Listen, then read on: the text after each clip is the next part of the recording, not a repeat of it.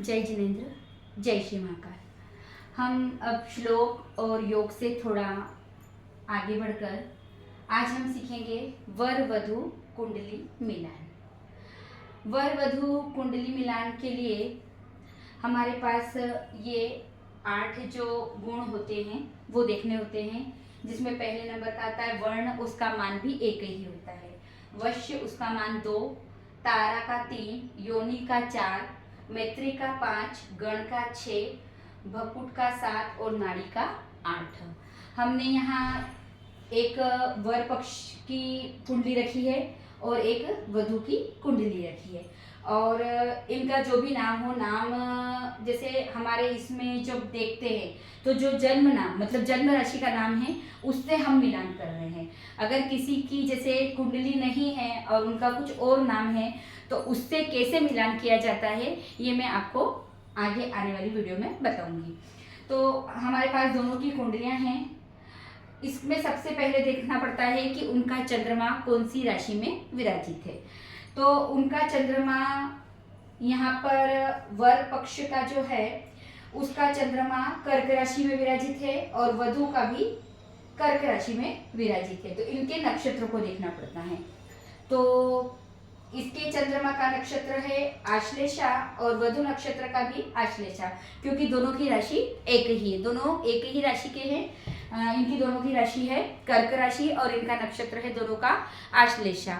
लेकिन जब दोनों का एक ही नक्षत्र होता है तो ऐसे विवाह को वैसे भी मान्य नहीं किया जाता है। तो तब हम थोड़ा चरण को पकड़ लेते हैं कि वर का चरण है तृतीय और वधु का चरण है 1।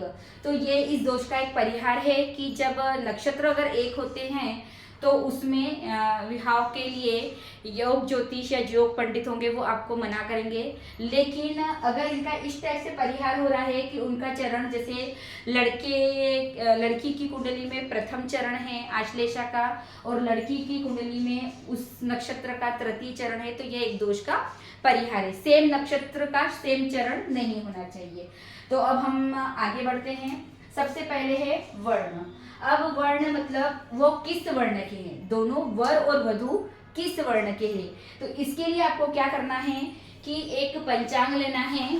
पंचांग में एक अवकाढ़ा चक्र होता है, उसमें आपको उस राशि का नक्षत्र देखना है।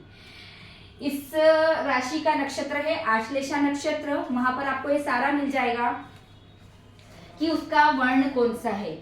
तो इस जातक का वर्ण मतलब वर का वर्ण है ब्राह्मण और लड़की का भी वर्ण है ब्राह्मण। ये सेम इसलिए ज्यादा होंगे क्योंकि इन दोनों का नक्षत्र एक ही है आश्लेषा नक्षत्र, और उसके बाद इनकी दोनों की राशि एक ही है। वहां पर जिसका जो नक्षत्र होगा जो उस हिसाब से आप देखना। तो वर्ण आपका आया, लड़के की इसमें आया ब्राह्मण और लड़की की इसमें भी आया ब्राह्मण। उसके बाद है वश्य, इनका आया है जलचर और इनका भी आया है जलचर। तीसरा आया है आपका तारा। तारा हमें निकालना पड़ता है। तारा निकालने के लिए क्या करना है कि आप ये समझ लो, क्योंकि इन दोनों का तो एक ही नक्षत्र है, तो वर के नक्षत्र से वधु के नक्षत्र तक गिने और जो भी संख्या आए उसमें 9 का भाग दे, जो शेष बचे वह वर का तारा होगा। एक बार और समझ लो, वर के नक्षत्र से वधु के नक्षत्र तक गिने। 27 नक्षत्र होते हैं, इसमें अभिजित नक्षत्र को नहीं जोड़ा जाएगा। तो वर के नक्षत्र से वधु के नक्षत्र तक गिने, जितनी भी संख्या आए उसमें 9 का भाग दे, शेष जो होगा वह वर का तारा होगा। तो हमने यहाँ वर के नक्षत्र से वधु का नक्षत्र गिना तो 1 आया, 1 में 9 का भाग दिया तो उसका शेष 1 ही आएगा। तो इसका हुआ 1 तारा। अब वधु का तारा, अब वधु के तारा भी ऐसे ही है, वधु के नक्षत्र से वर के नक्षत्र तक गिने और जो भी राशि आए या जो भी नक्षत्र की संख्या आए उसमें 9 का भाग देवे। जो भी आए अंक उसमें 9 का भाग दिए, तो इसका भी 1 ही आया। उसके बाद है इनकी योनि है, तो योनि इसकी भी माजार है और इसकी भी माजार है। उसके बाद है मैत्री। मैत्री मतलब उस राशि का स्वामी, यानी कर्क राशि का स्वामी कौन है। तो कर्क राशि का स्वामी है चंद्रमा और इनका भी हुआ चंद्रमा। अब है गण।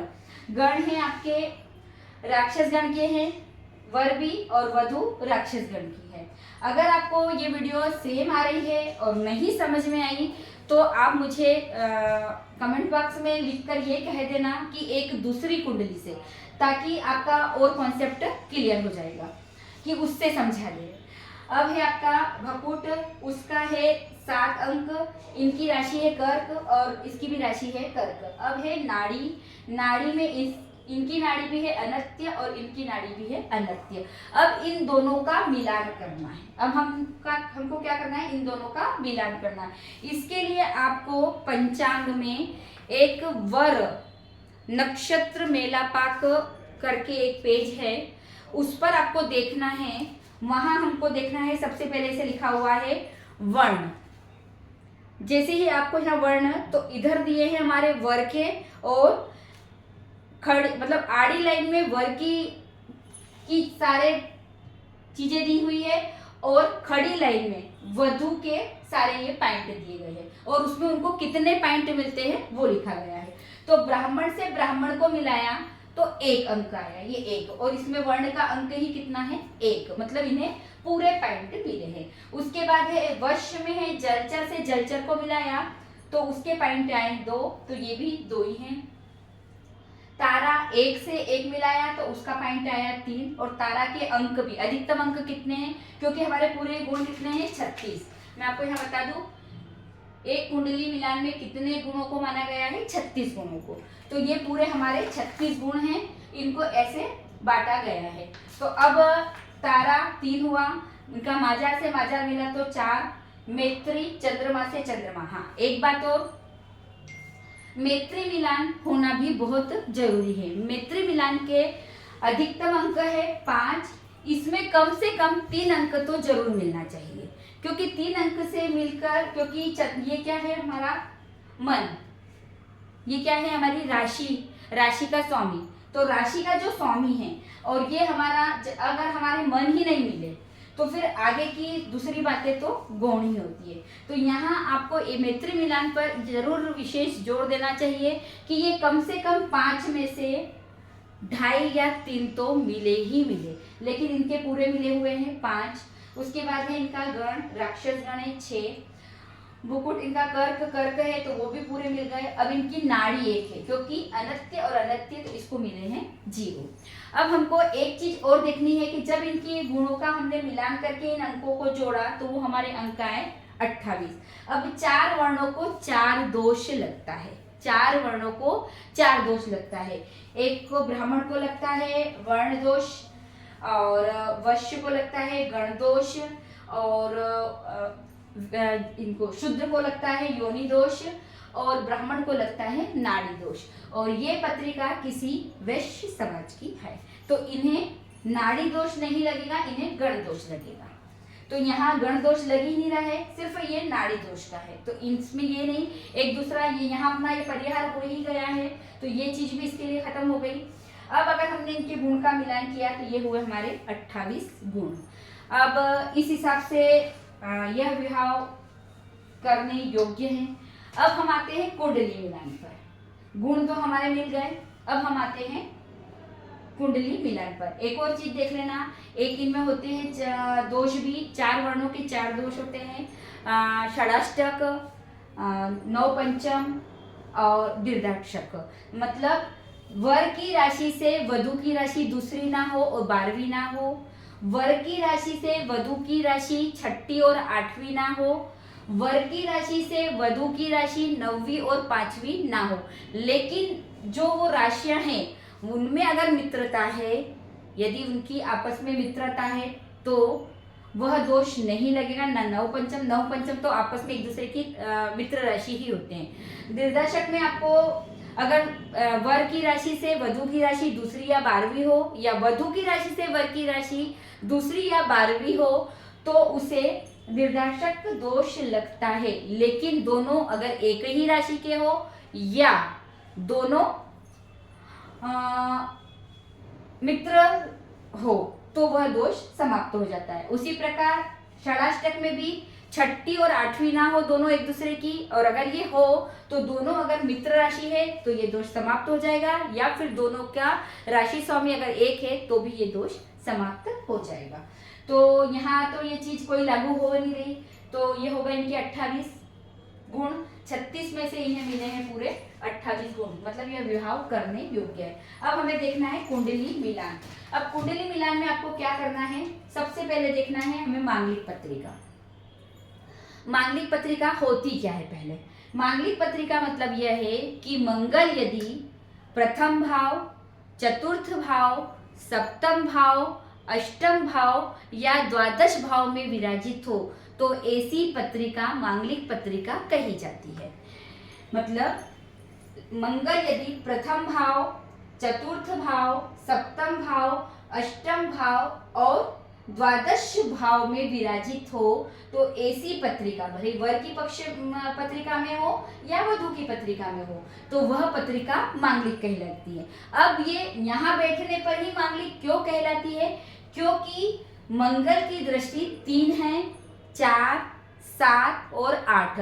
मंगल इन भावों में बैठता है तो उसकी दृष्टि सप्तम भाव पर पड़ती है। प्रथम भाव में बैठा तो उसकी 7वीं दृष्टि से वह सप्तम भाव को देख रहा। सप्तम भाव हमारा कहाँ का भाव है, जीवन साथी का, जो आगे वाली वीडियो में मैं बता चुकी हूँ। तो इस भाव पर उस मंगल की दृष्टि पड़ रही है। यदि मंगल यहाँ विराजित होता है चतुर्थ भाव में तो चौथी दृष्टि से वह सप्तम भाव को देख रहा है, और अगर मंगल यहाँ विराजित है तो वह खुद ही इसी राशि इसी भाव में बैठा है तो मांगलिक पत्रिका हुई। मंगल यदि द्वादश भाव में बैठा तो 8वीं दृष्टि से सप्तम भाव को देख रहा है। अब ये आता है एक यहाँ पर मंगल विराजित हो तो इसे भी मांगलिक पत्रिका कही जाती है। यहाँ दृष्टि पड़ने पर अष्टम में अगर मंगल यहाँ बैठ गया तो उसकी दृष्टि यहाँ पर आ रही है तो उसे मांगलिक पत्रिका नहीं कहेंगे। सिर्फ मंगल यहाँ विराजित होता है तो उसे मांगलिक दोष कहा जाएगा, यहाँ दृष्टि पड़ने पर नहीं। दृष्टि आपकी इस भाव पर पड़ती है तो ही वह पत्रिका मांगलिक कहलाती है।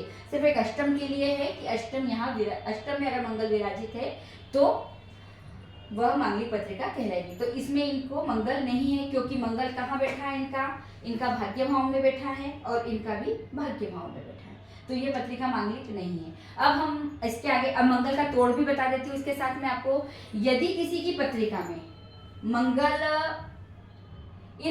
इस भाव को प्रभावित कर रहा है और सामने वाले की पत्रिका में अगर मंगल नहीं है तो या तो मंगल हो तो वो पत्रिका का तोड़ हो जाता है, और यदि मंगल ना हो तो क्रूर ग्रह हमारे राहु, केतु, शनि, सूर्य, फिर सुन लीजिए, राहु, केतु, शनि और सूर्य, इनकी दृष्टि यदि सप्तम भाव पर पड़ती है तो मंगल का तोड़ हो जाता है। मान लो किसी जातक की या वर की कुंडली में मांगलिक दोष है लेकिन वधू की कुंडली में मांगलिक दोष नहीं है और सारे गुण मिल गए लेकिन मंगल के कारण प्रॉब्लम आ रही है, तो अगर उसका तोड़ जैसे शनि यहाँ बैठ गया तो वह सप्तम भाव से इस भाव को देखेगा, सूर्य यहाँ बैठ गया तो सप्तम भाव से यहाँ देखेगा, शनि यहाँ बैठेगा तो दशम भाव से सप्तम भाव को देखेगा, और सूर्य यहाँ बैठा तो सप्तम भाव से सूर्य सप्तम भाव को देख रहा है, 7वीं दृष्टि से यहाँ देख रहा है। तो क्रूर ग्रह मैं आके लिखा चुकी हूँ, बता चुकी हूँ कि क्रूर ग्रह हमारे होते हैं सूर्य, राहु, केतु, शनि और मंगल। तो अब मंगलिक तो है नहीं तो उसका तोड़ शनि, राहु, केतु और सूर्य से हो जाता है। राहु और केतु के साथ मतलब राहु के साथ एक ग्रह और होना आवश्यक है। तो सूर्य की अगर दृष्टि पड़ी तो तोड़ हो गया, शनि की दृष्टि पड़ी तो तोड़ हो गया, राहु, केतु और सूर्य की दृष्टि पड़ी तो भी तोड़ हो जाता है। अब हम आगे बढ़ते हैं कि इस कुंडली का मिलान, जैसे गुण तो इनके पूरे मिल गए, अब इस कुंडली का मिलान हो रहा है या नहीं। मतलब अगर क्रूर ग्रह की अगर सप्तम भाव पर क्रूर ग्रह की अगर ज्यादा दृष्टि है वर पक्ष में तो वधु पक्ष में भी वह दृष्टि ज्यादा होनी चाहिए। अगर सौम्य ग्रह की दृष्टि ज्यादा है तो सौम्य ग्रह की दृष्टि होनी चाहिए, तो वह कुंडली मिलान अच्छी मानी जाती है। अब इसमें क्रूर ग्रह कौन विराजित है, केंद्र में सिर्फ सूर्य, और सूर्य की दृष्टि चतुर्थ भाव पर मतलब सप्तम भाव पर कौन देख रहा है, शनि। सप्तम भाव में सिर्फ शनि देख रहा है, राहु 7, 8, 9 राहु भी देख रहा है, केतु नहीं देख रहा है। कौन कौन देख रहा है? शनि और राहु। राहु 7, 8, 9 राहु मतलब इसमें 2 क्रूर ग्रह है, इसमें सप्तम भाव में 2 क्रूर ग्रह। अब यहां आ जाइए, 1, 2, 3, 4, 5 राहु नहीं देख रहा है, केतु 7, 8, 9 केतु भी नहीं देख रहा है, शनि 7, 8, 9, 10 शनि भी नहीं देख रहा है। अब आ गया आपका मंगल 7 और 8, इसमें एक भी क्रूर ग्रह नहीं है, इस कुंडली में एक भी क्रूर ग्रह नहीं देख रहा है, केतु भी नहीं देख रहा है, शनि भी नहीं देख रहा है।